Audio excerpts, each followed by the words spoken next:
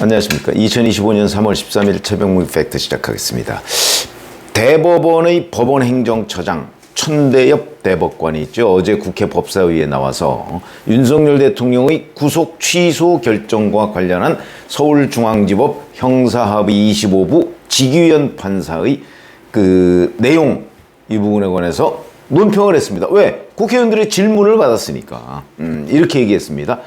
근데 이게 말이라는 게 어다르고 아다른 건데 이 뉘앙스, 의미 이런 것까지를 다 짚어서 그래서 제가 좀 길게 설명을 드리겠습니다. 재판 사항이기 때문에 직접적으로 말씀드리기 어려운 점이 있다. 이게 대전제입니다. 재판 사항이니까. 왜냐하면 법원행정처장은 법관의 인사권이 있습니다.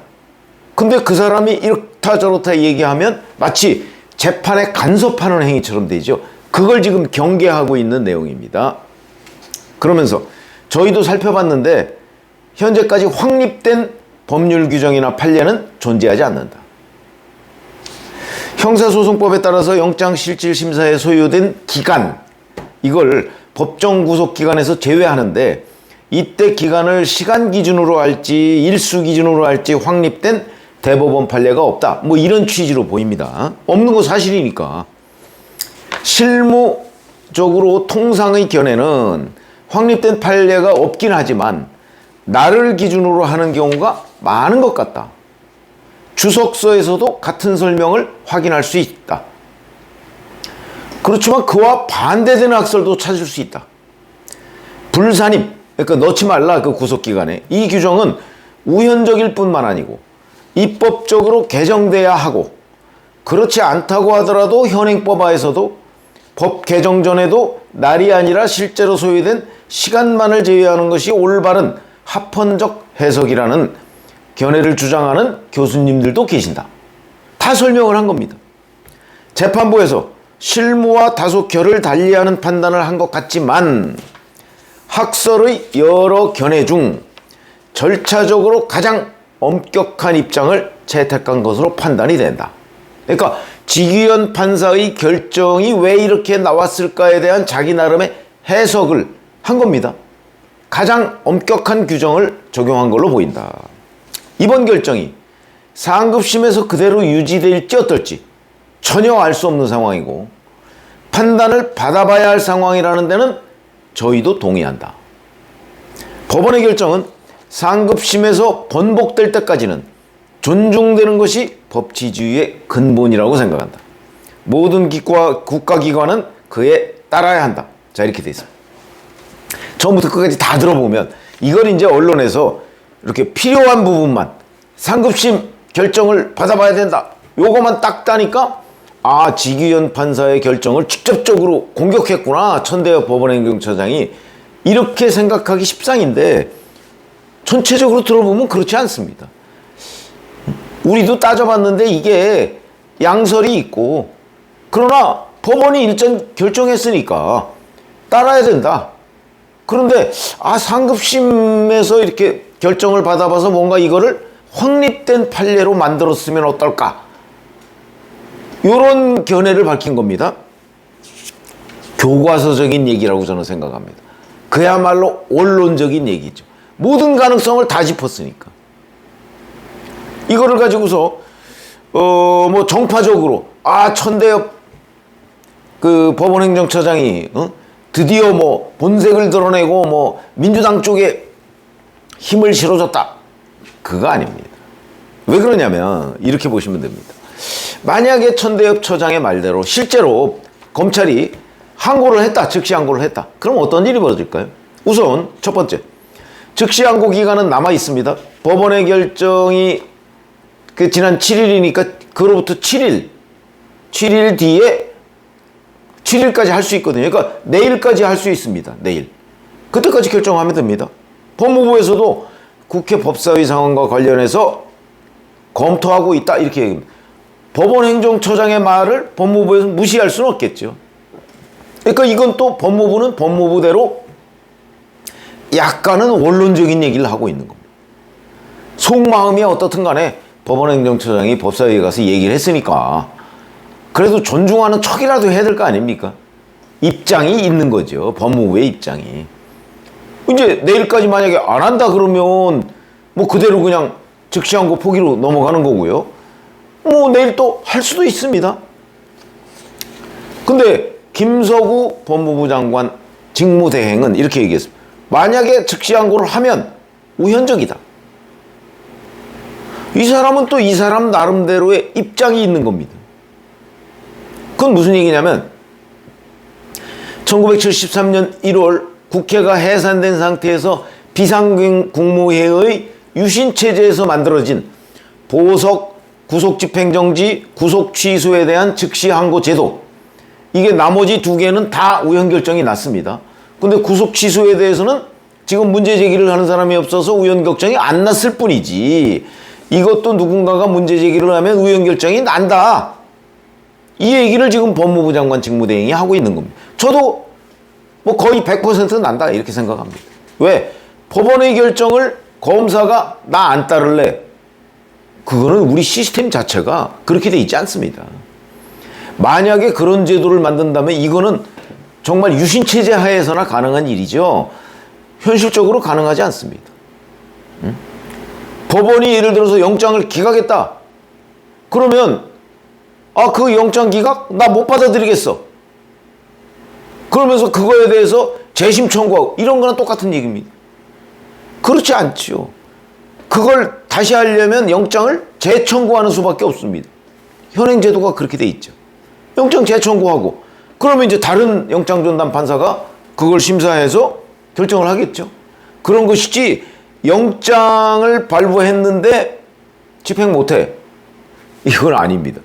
그거하고 마찬가지의 개념입니다. 법원 결정에 검찰이 불복하겠다? 그러면 영장을 재청구해야 되는 거예요. 이것도 법원이 결정을 했는데 즉시항고로 중지한다? 그거는 시스템상 맞지 않는 것 같고, 2023년에 울산지검이 울산지법의 그 결정에 대해서 즉시항고를 한 적이 있거든요. 이때는 피고인을 풀어주고 즉시항고를 했습니다. 근데 지금 윤석열 대통령의 경우에는 즉시항고를 하면 윤석열 대통령을 구금 상태에서 즉시항고를 하는 겁니다. 의미가 완전히 다르죠. 그런데 울산지검에서 2023년에 했던 그 사건은 고등법원에 가서 기각됐습니다. 그러니까 그런 전례를 따져보면 결국은 만약에 법원이 자 풀어주라 라고 얘기했는데 그걸 안 듣고 안 풀어주고 즉시항고를 해서 시간을 끈다. 나중에 기각되면 그 기간만큼 불법 구금이 됩니다. 그러니까 이제 이런 방법은 있을 수 있겠죠. 2023년 울산지검의 예대로 법원이 일단 풀어주라 얘기했으니까 풀어주고, 다만 이거 상급심의 결정을 좀 받아봐야 되겠는데 그럼 즉시항고를 하는 울산지검의 예대로 그거는 가능하겠죠. 그렇기 때문에 내일까지 즉시항고를 할 가능성 남아있다는 거죠. 저는 천대엽 법원행정처장이 그래서 그런 일반론을 설명한 겁니다. 법사위에다가. 그렇지 자기가 즉시항고를 해야 된다, 여기에 무게를 두고 얘기한 건 아닌 걸로 보인다. 다만 이런 가능성 저런 가능성 다 있으니까 이거를 이번 기회에 아주 법원에 확립된 관행으로 판례로 남기면 어땠을까, 요 얘기를 하고 있는 겁니다.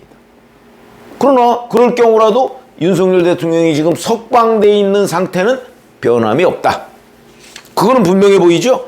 그러니까 법원행정처장은 법원행정처장대로, 법무부는 법무부대로 다 자기 입장에서 원론적인 얘기를 하고 있는 거다. 이제 남은 거는 검찰이, 대검이 어떻게 할 것이냐다. 법원행정처장의 말대로 그래, 그럼 이번 기회에 아예 확립된 판례를 한번 받아보자. 그래서 오늘이나 내일 즉시항고를 했다. 그렇다고 해서 윤석열 대통령을 다시 가두느냐? 그렇지는 못하다. 그러면 즉시항고하면 자 앞으로 어떤 일이 벌어지느냐? 고등법원에 가겠죠? 서울 고등법원에 갈 겁니다. 근데 고등법원에서 언제까지 결정해야 된다 이런 거 없습니다. 그러니까 고등법원에서 뭐 통상적인 그냥 어떤 결정에 대해서 예를 들어서 뭐 그 재판부 기피 신청 뭐 이런 거 했을 때 고등법원에 가는 경우 있잖아요.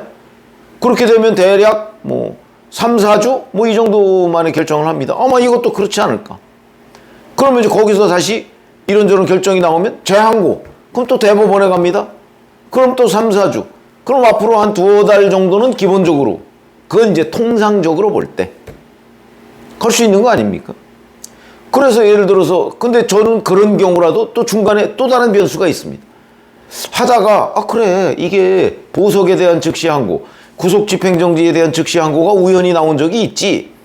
이것도 한번 우연심판 제청해보자. 법원이 그렇게 판단하면 우연심판 제청할 때까지 제청해서 그 나올 때까지 또 중단됩니다.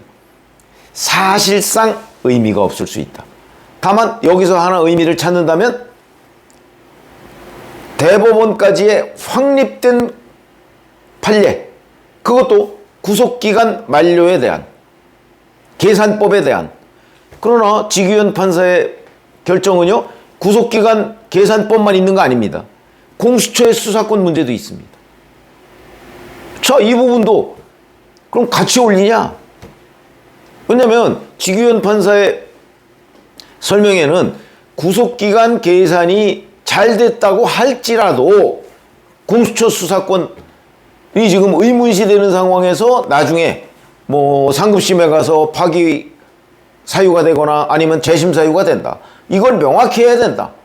그러면 그 부분에 관해서도 저는 상급심, 고등법원이나 대법원이 판단을 좀 받아봐야 되는 거다. 이 두 가지를 한꺼번에 받아보려면 상당한 시간이 걸리고 그러다 보면 이미 윤석열 대통령의 탄핵, 심판 기일 이런 것들 다 지나고 그리고 중간에 또 다른 헌재 변수가 있으니까 그렇게 되면 헌재에서 우연 결정이 나오면 또 다 없었던 일이 됩니다.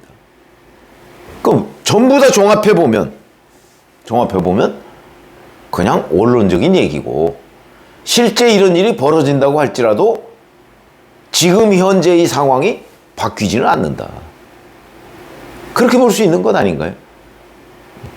그 가능성이 가장 높다. 그렇기 때문에 여기서 지금 천대엽 법원행정처장의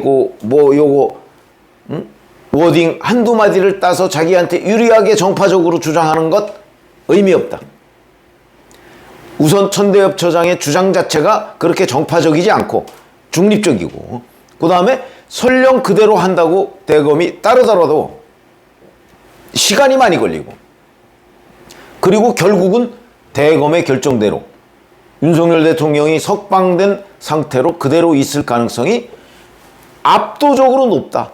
이런 얘기가 되는 거죠. 그러면 이거는 그냥 한번 고등법원, 대법원에 한번 판단을 받아보자는 의미. 그 외에는 그런 판단은 받아보면 앞으로 이제 구속기간 계산법도 날로 할 것인지 시간으로 할 것인지 명확해질 거고 공수처가 과연 내란죄에 대한 수사권이 있느냐 없느냐는 것도 명확해지겠죠. 근데 그거는 한참 뒤의 얘기.